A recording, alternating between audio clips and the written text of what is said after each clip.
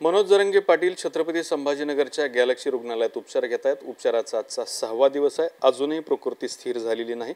प्रकृती स्थिर झाल्यानंतर ते पुन्हा एकदा महाराष्ट्राचा दौरा करणार आहेत। तत्पूर्वी मनोज जरंगे पाटील आपल्याबरोबर आहेत। पाटील, आता कशी प्रकृती आहे? आणखीन 4 दिवस डॉक्टरांनी तुम्हाला डिस्चार्जसाठी नकार दिलेला आहे, काय सांगाल? हा, काल आपल्याला घ्यायचं होतं सुट्टी, परंतु त्यांचं म्हणणं आणखीन शरीरात बरंच काय झालंय कोणाला माहीत, ते हे करायचं 1-2-4 दिवस राहायलाच लागणार आहे। त्यामुळे त्यांनी काल काय सुट्टी नाही दिली। दौऱ्याचा मात्र आपण विषय घेतला तर दौरा 6 तारखेपासून सुरू होतो आहे। हा, आज पहिल्यांदाच सांगतो आहे आम्हाला उद्या सांगायचा होता विषय, परंतु 6 तारखेपासून सुरू होतो आहे। 13 तारखेपर्यंत पहिला टप्पा टाकला आहे। पुऱ्या राज्यात दौरा आम्ही टाकणार आहेत। आता शंभूराज देसाईंनी तुमचं उपोषण सोडवलं सरकारचे प्रतिनिधी म्हणून। त्यानंतर उदय सामंत पण तुम्हाला येऊन भेटून गेले। त्यांनी पण आरक्षणासंदर्भात काय काय करणार आहेत याची संपूर्ण माहिती दिलेली आहे।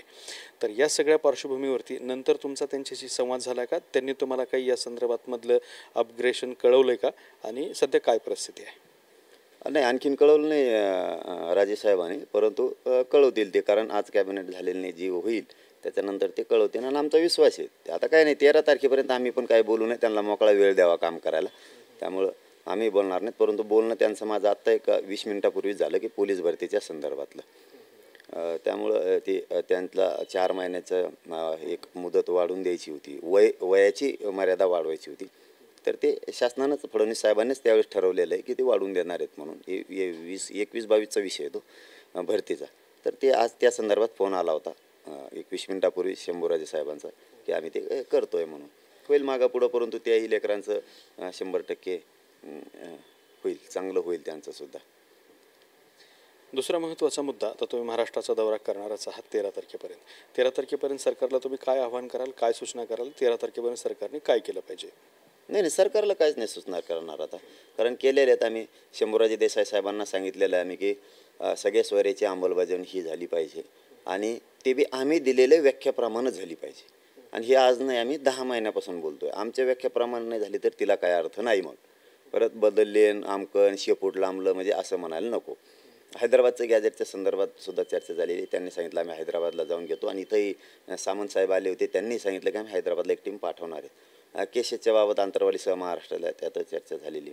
शिंदे साहेबाच्या समितीला मुदत वाढ द्यायची, हैदराबादचं गॅजेट, आपलं बॉम्बे गव्हर्नमेंटचं गॅजेट, सातारा संस्थांचं गॅजेट, याच्याबद्दल चर्चा झाली। आणि ते जे आमच्या 8-9 मागण्यात एकूण सगळ्या की निवेदन आम्ही त्यांना ते दिलेलं आहे आणि वारंवार दिले, आणि त्याविषयी त्या मागण्या 13च्या आत करू म्हणले, आणि वेळ दिला पाहिजे या मताचे मराठा समाजाने। आम्ही मात्र शंभूराजे साहेबांवरती विश्वास ठेवलेला आहे, मुख्यमंत्री साहेबांवर ठेवलेला आहे, फडणवीस साहेबांवरती सुद्धा ठेवलेला आहे, आणि वेळ दिलेला आहे।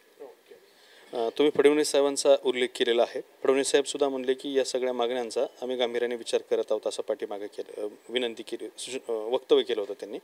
तर सगळ्या एकंदरीत आत्तापर्यंतच्या प्रवासात देवेंद्र फडणवीस आणि तुमचा जो काही थोडाफार संघर्ष झाला, त्या पार्श्वभूमीवरती आत्ता तुम्ही देवेंद्र फडणवीस यांना काय सांगाल?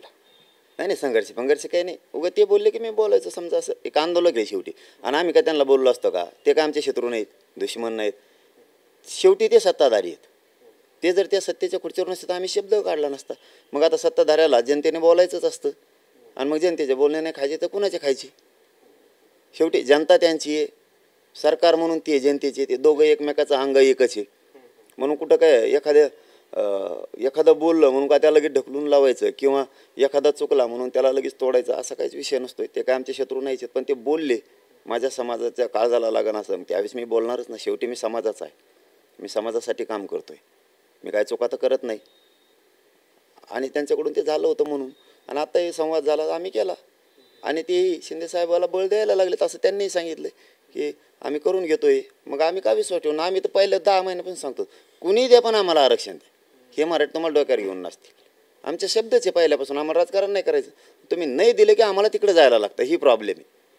तुम्ही दिलं, आम्हाला गरज नाही, माझ्या गोरगरीब मराठ्याला राजकारण नाही, आरक्षण पाहिजे। पण तुम्ही नाही दिलं की माझ्या गोरगरीब मराठ्याला पर्यायाने राजकारणाकडे गेल्याशिवाय। त्यामुळं काही अडचणच नाही, कुणी द्या, आम्ही घ्यायला तयार आहेत। फडणवीस साहेबांनी तर सांगितलं की आम्ही करतोय सगळं, चांगली गोष्ट आहे। आमच्या काही शत्रू थोडी आहेत ते, मग हेच मराठी डोक्यावर घेतील त्यांना। पूर्वी अधूनमधून देवेंद्र फडणवीस यांचा तुमचा फोन व्हायचा, फोनवरून तुमचं बोलणंही झालं होतं 2-3 वेळा. आत्ता अशात काही फोन आला, काही चर्चा झाली, कोणी संपर्क करून दिला, त्यांना काही सूचना केल्यात? नाही, फक्त उपोषणाच्या वेळेस आत्ता. मग फोन नाही, काही नाही. त्याच्या उपोषणाला बसला होता त्यावेळेला फोन आलेला मग ते घेऊन आले, त्यांचा माणूस, ते आमदार ते घेऊन आलेले होते त्यावेळेस, तेवढाच. त्याच्यानंतर आत्तापर्यंत काही नाही. आणि काय कारण बी नाही ना, आता वेळच घेतलाय. आता का फोन करायचा आणि कशासाठी? मला तरी फोन करायला पाहिजे, मला तरी कशाला पाहिजे? नुसतं त्यांचं आपलं जास्त बोलणं नव्हतं, काही संबंध येत नव्हता, किंवा त्यांना येऊ बी द्यायचं नसेल, असं काय असेल त्यांचं त्यांना माहीत, आम्हाला काय माहीत नाही.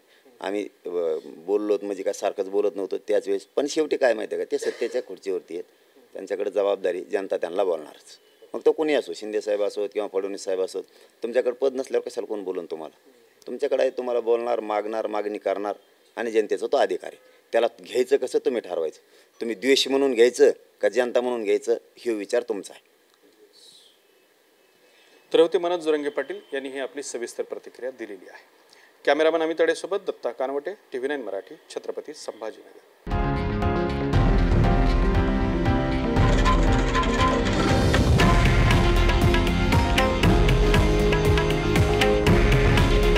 हे आहे देशातील नंबर 1 न्यूज नेटवर्क आणि आपण पाहत आहात TV9 मराठी.